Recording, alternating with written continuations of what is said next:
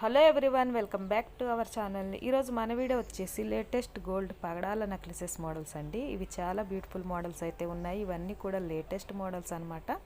ఇక్కడ మీకు వెయిట్ కూడా నేను మెన్షన్ చేస్తున్నాను. ఇవి వచ్చేసి మనకి 15 గ్రామ్స్ నుంచి స్టార్ట్ అయ్యి 40 గ్రామ్స్ ఆఫ్ వెయిట్లో అయితే ఉన్నాయండి.